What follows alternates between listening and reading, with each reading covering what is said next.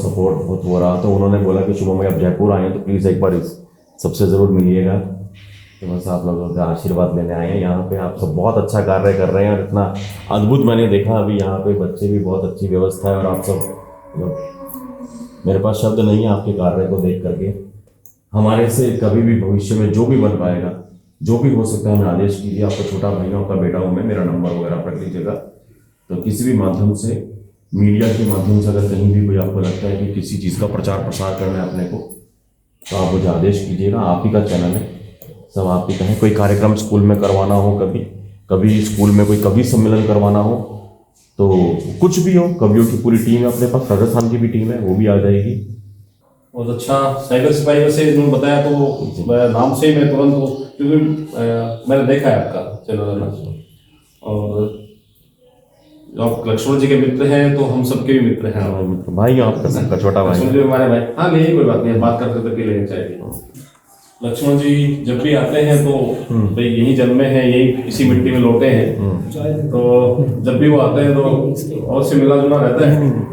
पिछले समय जब आए तो मैं जब भी आता तो मैं विद्यालय के लिए आकर करता रहता था उनसे। विपणा सेंटर में विद्यालय है, राष्ट्र निर्माण में हम सब लोग लगे हुए हैं। शिक्षा तो बहुत सारे विद्यालय, लाखों की संख्या में विद्यालय है, लेकिन हम शिक्षा के साथ साथ संस्कार, राष्ट्र निर्माण, एक देशभक्त पीढ़ी पैदा करके निकले यहाँ से, हमारे यहाँ से अच्छे नागरिक बन के निकले। क्योंकि हमारा काम केवल साक्षर करना नहीं है, हमारा काम है कि सच्चे और अच्छे राष्ट्रभक्त तैयार करना, नागरिक तैयार हो। बहुत बढ़िया। ये कोटेशन लिखे हुए हैं, सभा कक्ष पे कोटेशन से अपना जो ऊपर बंदर है अच्छा लगा था जी, उसको भी दिखाएंगे आपको। उसमें पूरा नाम से माने छत्रपति शिवाजी का, महाराणा प्रताप का, द्वितीय, अच्छा वो हमने सुभाष चंद्र बोस का नंबर 1 पे था। बहुत ज्ञान है। हाँ बहुत सुंदर है। इसको वाल्मीकि कृष्ण नाम दिया हमने, बहुत सुंदर। और सनातन वैदिक पुस्तकालय, सनातन वैदिक पुस्तकालय, बहुत अद्भुत। ये इसकी जगह जगह स्थापना करवाना, यही कहा है जब हमारी बात हुई थी भाई साहब से, वो यही थी कि सनातन वैदिक पुस्तकालय की स्थापना करवानी है जगह जगह। जैसे वीर रामाचार्य जी हैं, शकुंतला है, तुकाराम है, हरिश्चंद्र है, हकीकत राय है, बाला साहब देवरस है, ये सब मतलब मीराबाई है, अद्भुत मतलब ध्रुव है, रामप्रसाद बिस्मिल है, मदनमोहन मालवीय है, ये अपना टीका जी कामा जी हैं, मैडम कामा है, एकलव्य है, ये राम सिंह कुका है, मानव तिलक है, ये बंकिम चंद्र जी है, ये संत रामदेव है, मतलब संक्षिप्त परिचय है ना, बहुत अहिल्याबाई होलकर है जी है, एकात्मता में जितने बाबू है, ये सारा संत एकनाथ है, महात्मा ज्योतिराव फुले है, ये अपना शंभूराज है, वाह भाई मतलब सुंदर पूरा एक अपने पंडित जी ये तो देखने को नहीं मिलता कहीं कहीं।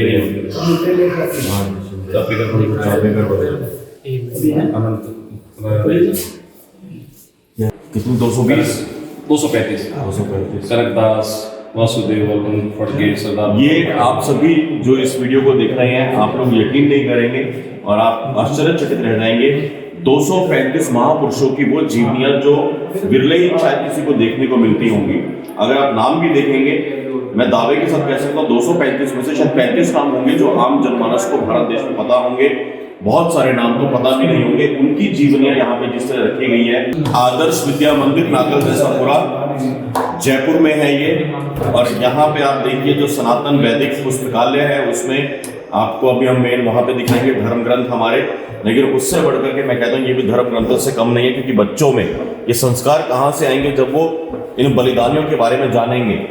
महर्षि विश्वामित्र जी से लेकर के महाराणा प्रताप जी, भास्कराचार्य जी, अहिल्याबाई होलकर, एकलव्य जी, मदन मोहन मालवीय जी, मैडम कामा जी, राम प्रसाद बिस्मिल जी, ध्रुव जी, मीराबाई, मतलब आप नाम कल्पना कीजिए, बाल वीर हकीकत राय, वो बालक जिसने छोटी सी आयु में धर्म के लिए अपना बलिदान दे दिया, अपने धर्म को नहीं छोड़ा, जिसकी कहानी शायद हिंदुस्तान में आधे से ज्यादा भारतीयों को नहीं पता होगी। ऐसे ऐसे बच्चों की, ऐसे महापुरुषों की जीवनियां यहाँ पे रखी गई है। मैं इस विद्यालय की पूरी मैनेजमेंट को नतमस्तक प्रणाम करता हूँ। आप सभी नमन के अधिकारी हैं जो आपने इतना बड़ा कार्य किया। भाई साहब, ये अद्भुत कार्य है, ये सामान्य काम नहीं है जो आपने किया है। ऐसी 235 जीवनियां। और मैं निवेदन करूंगा इस वीडियो के माध्यम से, जो भी सक्षम लोग हैं, जो देख रहे हैं, जो सुन रहे हैं और जो कर सकते हैं, आप अपने स्कूल्स में करवाइए। आप इतनी बड़ी बड़ी बिल्डिंग्स लेकर के बैठे हैं। दिल्ली एनसीआर के अगर कोई विद्यालय के लोग इस वीडियो को देखें, कोई बड़े शहरों के लोग इस वीडियो को देखें, आप देखिए भारत देश में एक छोटी सी जगह पे नांगल जैसापुरा जयपुर में, नांगल जैसापुरा जयपुर के अंदर में एक, आप, मैं आपको लोकेशन दिखाऊंगा, आप जरा देखिएगा, यहाँ तक आने का रास्ता देखिएगा। अगर यहाँ पे ये कार्य हो सकता है तो आपके यहाँ कितना बड़ा काम हो सकता है। इससे बहुत ऊपर लेवल पे कर सकते हैं। अगर किसी को भी इन पुस्तकों के लिए संपर्क करना है, चाहिए मैं आपको एड्रेस दिखाता हूँ, आप साइबर से पे कांटेक्ट कर सकते हैं, हम आपको बताएंगे पुस्तक कहाँ से मिल जाएंगी। लेकिन मैं हाथ जोड़ के निवेदन करूंगा, ऐसा प्रयास आप लोग अपने यहाँ पे अवश्य कीजिए। और इसमें कोई खर्चा नहीं है। ये एक एक पुस्तक 10, 12, 15 रुपए की हो सकती है मात्र। लेकिन अगर आपके स्कूल में छोटे छोटे जो बच्चे आएंगे, वो इन बच्चों की कहानी सुनेंगे। हकीकत राय जी, जिसके बारे में मैंने चैनल पे कई बार बताया आप लोगों को, बार बार बताया हकीकत राय जी के बारे में कि कैसे उन्होंने अपना धर्म नहीं छोड़ा और बलिदान दे दिया छोटी सी आयु में। इनके बारे में पढ़िए। वीर सावरकर जी, कितनी बार हमने इनके बारे में बात की, जितनी बात की जाए वो कम है। सदाए काला पानी, मैंने आपको वचन दिया हुआ है कि जब मैं नेक्स्ट जाऊंगा अंडमान निकोबार, उस सेल्युलर जेल में, वहां से भी एक लाइव आपके लिए करूंगा। तो इनको पढ़िए। गोलवलकर जी पढ़िए, महर्षि कणाद जी, 235 ऐसी जीवनियां जिसके बारे में आप सोच भी नहीं सकते। भाई साहब अद्भुत है, मैं आपको नमन करता हूँ। यहाँ पे ये बड़ी बड़ी किताबें भी हैं, गीता भगवनी यहाँ पे है, उधर धर्म ग्रंथ है, नीचे बहुत पुस्तकें हैं, और अभी हम वहां पे भी आपको दिखाएंगे। ये अद्भुत है, सारे वेद है, सारे वेद पुराण। बाबा फतेह सिंह जी, बाबा जोरावर सिंह जी, मेरी वो कविता जिसने मेरे को पूरे विश्व में, हमारे जो सिख बंधु हैं, दशमेश पिता गुरु गोविंद सिंह जी महाराज जी के जो केशधारी पुत्र हैं, उन माताओं बहनों ने मुझे अपनी गोदियों में बैठा करके, अपनी हथेलियों में लेके वो कविताएं सुनी है। एक महीने में 100 गुरुद्वारों में कविता पाठ करने का सौभाग्य मुझे इन बच्चों के कारण मिला, जिनकी कविता मेरी पूरी विश्व में फेमस हुई है। उन बच्चों के बारे में पढ़िए। ये देखिए खुदीराम बोस जी, ये हैं हमारे आदर्श। खुदीराम बोस जी 17-18 वर्ष की आयु में हाथों में श्रीमद् भगवद गीता और लबों पे वंदे मातरम लेके फांसी के फंदे पे झूल गए। पढ़िए, पढ़ाइए अपने बच्चों को इनके बारे में, यही निवेदन करूंगा मैं। वाकई भाई साहब आप सबको नमन करता हूँ, आपके प्रयास को नमन करता हूँ। ऐसी जगह पे आपने इतना अद्भुत कार्य, स्वामी विवेकानंद जी, मतलब ये सारी पुस्तकें जो मेरी आंखों के सामने आ रही है, मुझे अपनी हर कविता जो मैं भूल के बैठा था, आज अपने आप पंक्तियां याद आ रही हैं। ये चमत्कार इन पुस्तकों का। भाई साहब ये कविता, ये पंक्तियां मैं भूल के बैठा हुआ था, आज यहाँ इनको देख के अपने आप याद आ रही है। पता नहीं कितने साल पहले कविता लिखी थी सब मैंने। अद्भुत अद्भुत। चाणक्य ये पुस्तकें भी इतिहास से जोड़नी है अपने को। सारी कविताएं पुस्तकों से बाहर आई नहीं। सारी मैं तो बहुत अभिभूत हूँ, निशब्द हूँ आपका एक कलेक्शन देखकर। सिर्फ विरासत को सहेजने का कार्य है वैसा नहीं, छोटा प्रयास है विरासत को सहेजने का।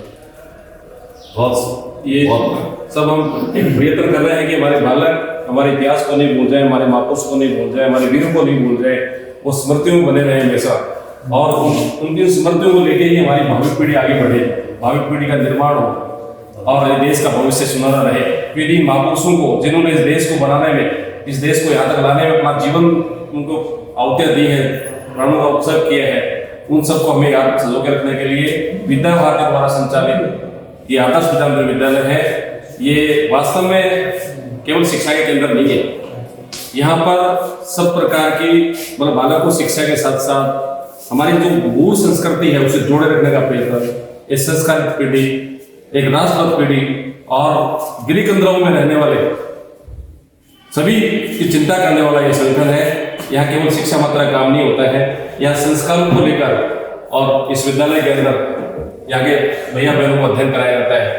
ये वैदिक सनातन पुस्तकालय जो है ये हमारे ही यहाँ के नागराज समुदाय के ही सपूत जिनको कह सकते हैं कि अपनी माटी से जुड़े व्यक्ति जो आज अमेरिका में है, कार्डियोलॉजिस्ट है डॉक्टर लक्ष्मण जी प्रजापत, उनके सौजन्य से ये एक सुंदर पुस्तकालय और ये धरोहर को संजोने का काम जो किया है, निश्चित रूप से विद्यालय परिवार हमेशा डॉक्टर लक्ष्मण जी को इस पुनित कार्य के लिए हमेशा याद करता है, हमेशा उनका साधुवाद करता है। ये देखिए हमारा ब्रह्मसूत्र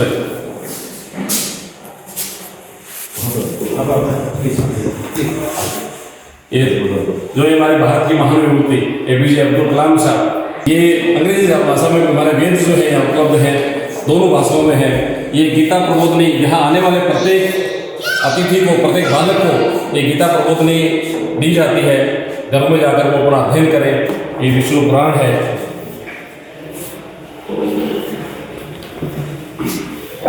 ये सभी आपके सामने है।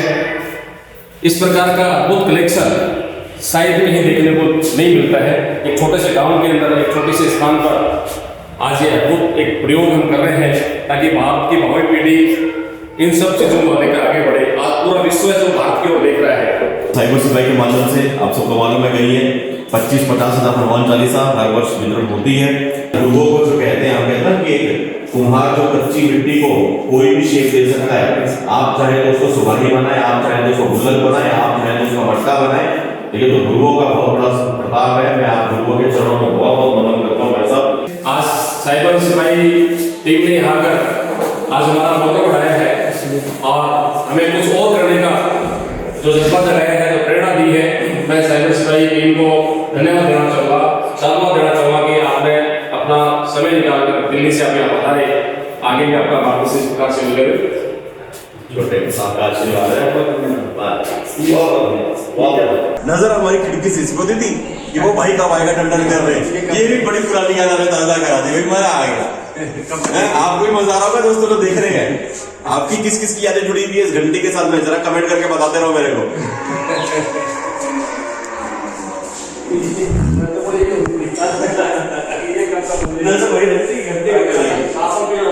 असफलता केवल ये सिद्ध करती है कि सफलता का प्रयास पूरे मन से नहीं हुआ। पूरे मन से नहीं हुआ है। वाह।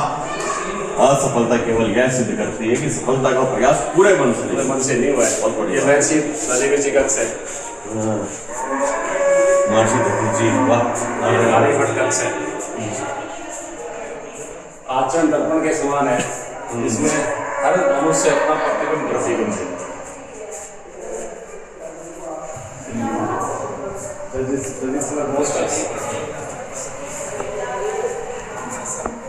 भास्कर तरीका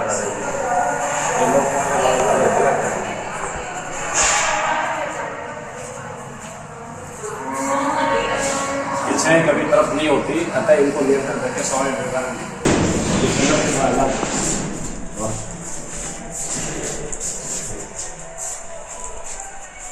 ये शिशु वाटिका भवन सामने शिशु वाटिका। ये मेरा भाई साहब आपने बचपन मेरा वापस लौटा दिया। जब मैंने आपको बताया मैंने 1995 में छोड़ा था, 80 की मेरी पैदाइश है। अभी तो फिर भी थोड़ा बहुत फर्नीचर यहाँ दिख रहा है। मैं स्कूल में पढ़ रहा था तो वहां पे जो टाट नहीं है, जिसका बस गली है टाट पट्टी, टाट पे हम बैठते थे, क्लास लगती थी, बारिश हो गई, टाट हिला ली, दूसरे पेड़ के नीचे बिल्कुल इसी मिट्टी का पड़ा हुआ मैं। आज आप पता है आपको आभास नहीं आपने क्या कर दिया। आप मुझे कहाँ ले गए, आप मुझे 35-40 साल पीछे ले गए। आज मिट्टी से पड़ा हुआ, मिट्टी में पड़ा हुआ, मिट्टी से जुड़ा भी रहता है। दृश्य को जब देखते हैं तो चीजें याद आ जाती है। आज मेरी आंखों के सामने 35 साल पहले देखा हूँ अपने आप को, बाला कितना छोटा सा बच्चा। आप ये मानिए जो पेड़ मिट्टी से हट जाता है तो उसका पोषण खत्म हो जाता है। अद्भुत है। आज हम सब माध्यमिक आदर्श विद्या मंदिर नागराज सभौरा के शिशु वाटिका परिसर में उपस्थित हैं। शिशु वाटिका विद्या भारती का एक विशेष कॉन्सेप्ट है।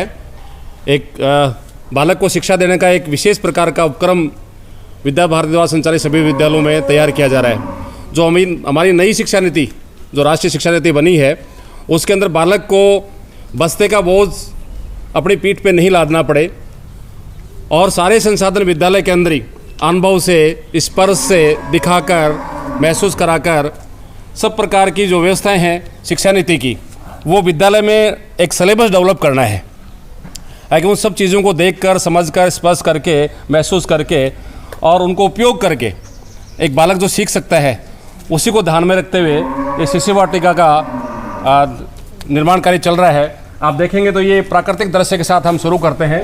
यहाँ पर हमारा एक चिड़ियाघर हम तैयार करने वाले हैं। पीछे बैकग्राउंड में देखेंगे तो एक वन की दृश्य इसमें दिखेगा, ये चिड़ियाघर होगा हमारा। और इसके बाद ही ये जो आगे है हम देखेंगे तो ये देखो, ये पशु पक्षियों के लिए जैसे घोंसला वगैरह बना के रह सकते हैं। इससे आगे जो है ये जो वन्य जीव जंतु होते हैं, जैसे जंगल में गुफाएं होती हैं, उन्हीं को आकार देते हुए ये गुफाएं हैं। इसमें भी कुछ जो वन्य जीव हैं उनको जो मॉडल स्वरूप होते हैं उनको हम रखेंगे, ताकि बालक उनको देखकर उसको समझ सके कि कौन से जीव जंतु किस प्रकार से होते हैं। आगे चलते हैं तो ये हमारा एक संत आश्रम टाइप वो है, जिसमें पुराने समय में भी जो हमारे साधु संत होते थे, गुरु होते थे, वो इस प्रकार के अपने आश्रम होता था उनका, और उसमें वो रहकर मतलब एक राष्ट्र निर्माण और देश निर्माण का काम किया करते थे। बहुत सुंदर है। इधर हम देखेंगे तो ये हमने एक जो आप बालक को पता है कि विद्यालय कैसा होता है, ये एक विद्यालय का मॉडल तैयार किया है। आप देखेंगे तो इसमें इस बात का ध्यान रखा कि सुविधाएं भी यहाँ बाहर की तरफ हैं। और आगे चलेंगे तो ये जो आपको चार जो दिख रहे हैं, इसमें से एक पुस्तकालय होगा, एक चिकित्सालय होगा, एक बैंक होगा, एक पोस्ट ऑफिस होगा।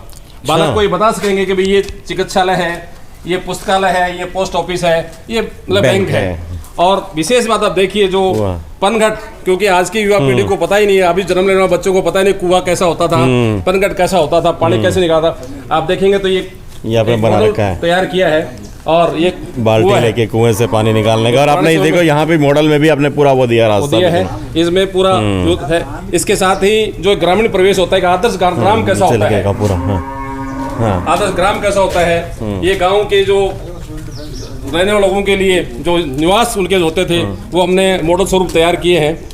ये आप देखेंगे तो पूरा सब इसमें है। और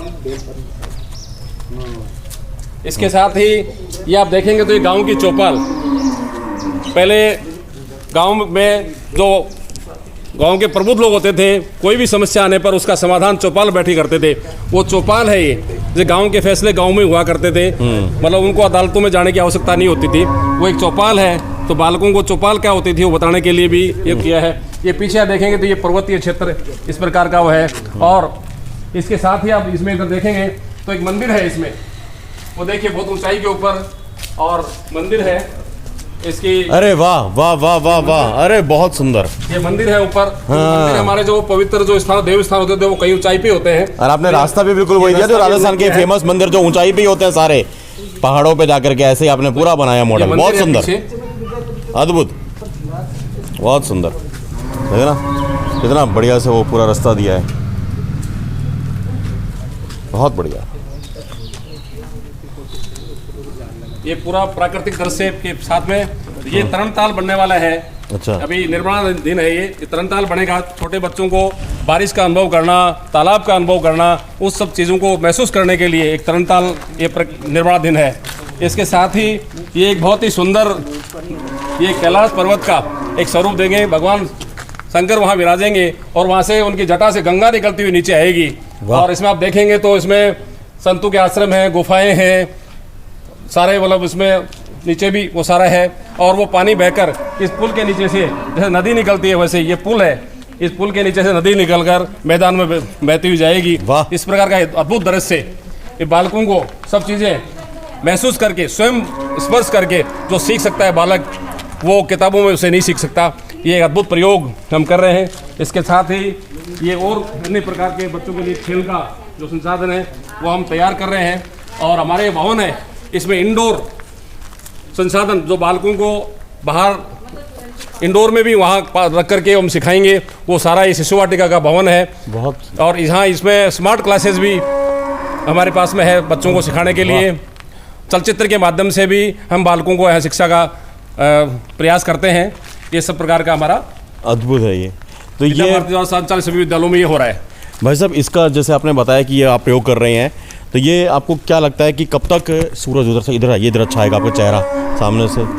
तो जैसा आपने सर ये बताया कि ये आप जो बना रहे हैं इसका निर्माण कार्य है और कब तक आपको लगता है ये कंप्लीट होगा, और क्या आपके सामने चैलेंजेस इसको पूरा करने के लिए जो इसका आपने अनुमानित कोई बजट लगाया है, क्या उसमें कहीं कोई व्यवधान अभी आ रहा है कि ये पूरा नहीं हो रहा है या रुका हुआ है? जो भी इसके बारे में ज़रा उसके बारे में बताइएगा। अभी कुछ वित्तीय व्यवस्थाएं हमारे सामने समस्याएं हैं। इसके निर्माण में अभी तक हमें करीब 3 लाख रुपए का और आवश्यकता है। ये समाज द्वारा संचालित समाज के द्वारा संचालित है। हमारे जो दानदाता हैं, भामाशाह हैं, वो सहयोग कर रहे हैं। उनके सहयोग से ही हम इसका निर्माण कर रहे हैं, क्योंकि जो विद्या भारती द्वारा संचालित विद्यालय है उसमें बहुत कम पाठन शुल्क के साथ हम भैया बहनों को अध्ययन करवाते हैं। ये विद्यालय लाभ कमाने के लिए नहीं है, इसलिए हम जो बालकों से जो पाठन शुल्क लेते हैं वो उससे केवल हमारे आचार्यों का मानदेय का ही व्यवस्था हो पाती है। अन्य प्रकार की सारी व्यवस्थाएं हम समाज के द्वारा समाज से ही तैयार करते हैं। अभी इसी सत्र में इसको पूर्ण करने का प्रयास हमारा है। इसमें ये समझिए कि 99% जो व्यवस्थाएं हैं वो समाज के द्वारा हैं, समाज के लिए हैं, राष्ट्र के लिए हैं, राष्ट्र प्रेमियों द्वारा हैं। और ये शिशु वाटिका भी एक उन्नत शिशु वाटिका क्या होती है ये आपको देखने को मिलेगा। आसपास के किसी विद्यालय में इस प्रकार की शिशु वाटिका संभवतः नहीं है। बहुत ही सुंदर व्यवस्था हम करने जा रहे हैं। बालक को बिना किताब को खोले और सब कुछ सिखा दिया जाए, ऐसी व्यवस्था हम डेवलप कर रहे हैं। बहुत सुंदर, अद्भुत प्रयास है ये। वाकई जब ये पूरा बन जाएगा तब इसको एक बार पुनः देखने के लिए कभी आएंगे, जीवन में सौभाग्य प्राप्त हुआ तो। लेकिन इतना देख के ही समझ में आ रहा है। हम अपने साथी से निवेदन करेंगे कि थोड़ा सा पीछे से इसको और ले लीजिए, थोड़ा दूर से ये सारा दृश्य ले लीजिए। गुरुजी आप आइए, आप सब खड़े हो जाइए। गुरुजी आप भी आइए, आप भी आ जाइए और इसको ऐसे ले लो, ऐसे। प्रधान जी, दोस्तों ये शब्द आपने मेरे मुंह से कई बार सुना है। जब हमारा संडे को रात को 10 बजे लाइव होता है तो मैं आते ही क्या बोलता हूँ, नमस्ते दोस्तों, स्वागत है आप सभी का आपके अपने यूट्यूब चैनल मिशन साइबर सिपाही में। आओ चौपाल लगाते हैं। तो मेरे को एक दिन किसी ने लाइव में कहा था कि शुभम भाई ये चौपाल लगाते हैं आप क्यों बोलते हो? तो आज गुरुजी बता रहे हैं चौपाल लगाने का मतलब क्या है। अच्छा, ये मेरे ज़ुबान पर ये शब्द इसलिए चढ़े हुए हैं क्योंकि मेरा बचपन यहीं का बीता है। तो चौपाल लगाना ना यही होता है कि जहाँ गांव के लोग बैठ गए 4-6 लोग और बात कर रहे हैं किसी भी मुद्दे पे, उसे कहते हैं चौपाल लगाना। तो संडे अपने पास में कोई विषय तो होता नहीं है, इसीलिए मेरे में वो चीज़ अभी तक बनी हुई है। हर संडे रात को मैं ये आके बोलता हूँ आओ दोस्तों चौपाल लगाते हैं। तो गुरुजी ज़रा माइक लेके आप ज़रा बताइए, मेरे सवाल का उत्तर आप ही दीजिए। मुझसे एक दर्शक साथी पूछते हैं कि शुभम भाई ये चौपाल क्या होता है, ये चौपाल लगाना क्या है गुरुजी? हमारी संस्कृति वो आदि अनादिकाल से चल रही है। हम पहले हमारे गाँव के अंदर कोई भी विषय हो जाता, किसी प्रकार का समाज का, गांव का, धर्म का या कोई भी आपसी समस्या होती थी, गांव के बीच में एक चौपाल होती थी, पेड़ होता था, उसके नीचे एक निर्माण होता था जो गट्टा बोलते थे, और उस पर बैठकर हमारे पुराने ज़माने से जो पंच पटेल होते थे, गांव के जो बुजुर्ग लोग होते थे, वो निर्णय करते थे कि कोई गलती हुई है किसी से तो उसका समाधान वहीं बैठकर, मतलब जहाँ की समस्या उसका समाधान वहीं के लोगों द्वारा चौपाल के माध्यम से किया जाता था। आज ये चौपाल संस्कृति कहीं न कहीं हमारे जीवन से निकली है, इसलिए छोटे छोटे विषय भी हमारे मतलब कोर्टों तक पहुँच जाते हैं, थानों तक पहुँच जाते हैं और उसमें बहुत नुकसान होता है, आर्थिक लॉस भी होता है। पहले हमारे चौपाल संस्कृति थी, इस संस्कृति से गांव की सारी समस्याओं का समाधान चौपाल बैठ के होता था। ये चौपाल का रोल हमारे जीवन में बहुत महत्वपूर्ण था और उससे आपसी गांव के अंदर क्या नया हुआ, क्या नया करना है, क्या दिशा हमारे युवाओं को देनी है, क्या हमारे गांव के अंदर समस्या है, उन सब समस्याओं का समाधान सामूहिक रूप से बैठकर जिस स्थान पे होता था उस स्थान का नाम चौपाल होता था। बहुत बहुत धन्यवाद गुरुजी। बहुत सारे लोग मुझसे संडे को पूछे शुभम भाई आप ये लाइव शुरू करते ही बोलते हो आओ चौपाल लगाते हैं। तो दोस्तों ये है वो चौपाल। आज आपको गुरुजी ने बहुत अच्छे से एक्सप्लेन किया और आपने ये पूरा शिशु वाटिका देखी। यह अद्भुत दृश्य हैं। किसी दिन ये सारे दृश्य मैं आपसे लाइव में भी डिस्कस करूँगा। और आज मैं विद्यालय की पूरी टीम को, गुरुजी आप सभी को, हमारे प्रधानाचार्य जी, प्रधान जी, जो हमारी कमेटी के अध्यक्ष साहब हैं, बहुत बहुत प्रणाम करता हूँ, बहुत बहुत नमन करता हूँ। और स्पेशली इसलिए नमन अवश्य करूँगा कि आपने मेरे को मेरा बचपन याद दिला दिया, मेरे को उसी मिट्टी से जोड़ दिया जो चीज़ मैं 1995 में छोड़ के गया था और तकरीबन 84-85 में इतना ही रहा हूँगा जब मैंने स्कूल में एडमिशन लिया होगा। और वो सारे दृश्य आज ने आप ताज़ा करा दिए।